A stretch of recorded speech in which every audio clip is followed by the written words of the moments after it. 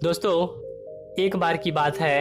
एक शराबी व्यक्ति जिसे शराब की बहुत बुरी तरह से लत थी, वह एक संत के पास गया और उन्हें विनम्रता से कहने लगा कि गुरुजी, मुझे शराब की बहुत बुरी लत है और मैं इस लत को छोड़ना चाहता हूँ। शराब की लत के कारण मेरा घर बर्बाद हो गया है, मेरे बच्चे भूखे रहते हैं और मेरे घर की शांति जा चुकी है।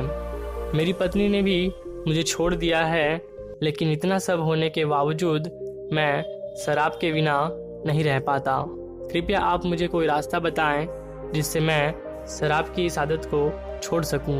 इस बात पर संत जी ने कहा कि जब तुम्हें इस आदत से इतने नुकसान है तो तुम शराब छोड़ क्यों नहीं देते। शराबी ने उत्तर दिया कि मैं छोड़ना ही चाहता हूँ, किंतु ये शराब मेरे खून में इस तरह से मिल चुका है कि मैं उसे छोड़ नहीं पाता।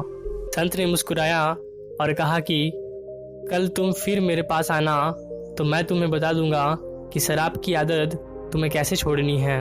अगले दिन शराबी फिर से संत जी के पास गया। इस बार जैसे ही संत जी ने शराबी को देखा, उन्होंने तुरंत उठकर पास के एक पेड़ को जोर कर पकड़ लिया।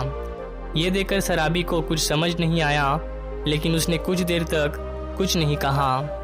लेकिन कुछ समय बाद तक जब संत जी ने पेड़ को नहीं छोड़ा तो शराबी ने संत जी से कहा, आपने उस पेड़ को क्यों पकड़ रखा है। तब संत ने उत्तर दिया कि वत्स्य, मैंने उस पेड़ को नहीं, उस पेड़ ने मुझे पकड़ रखा है। मैं चाहता तो हूँ उस पेड़ को छोड़ दूँ, किंतु ये पेड़ मुझे नहीं छोड़ रहा है। ये सुनकर शराबी को बहुत आश्चर्य हुआ और उसने संत से कहा कि गुरुजी, मैं भले शराबी हूँ किंतु मूर्ख नहीं। ये पेड़ आपको कैसे पकड़ कर रख सकता है। ये तो एक निर्जीव चीज है। यदि आप दृढ़ संकल्प कर ले तो उसी वक्त आप उस पेड़ को छोड़ सकते हैं। इस बात पर संत ने कहा, नादान मनुष्य, यही बात तो मैं तुम्हें समझाना चाहता हूँ। जिस तरह मुझे पेड़ ने नहीं, मैंने पेड़ को पकड़ रखा है, उसी तरह तुम्हें शराब ने नहीं, शराब को तुमने पकड़ रखा है। तुम कह रहे थे कि वह शराब तुम्हें नहीं छोड़ रहा, जबकि सच तो यह है कि तुमने शराब को पकड़ रखा है। अगर तुमने इसी वक्त दृढ़ संकल्प किया कि तुम शराब की आदत को त्याग दोगे तो उसी वक्त तुम्हारी शराब पीने की आदत छूट जाएगी। हमारे शरीर का हर काम हमारे मन के द्वारा नियंत्रित होता है और मन में जैसे इच्छा प्रबल होती है, मन उस कार्य को सफल करता है।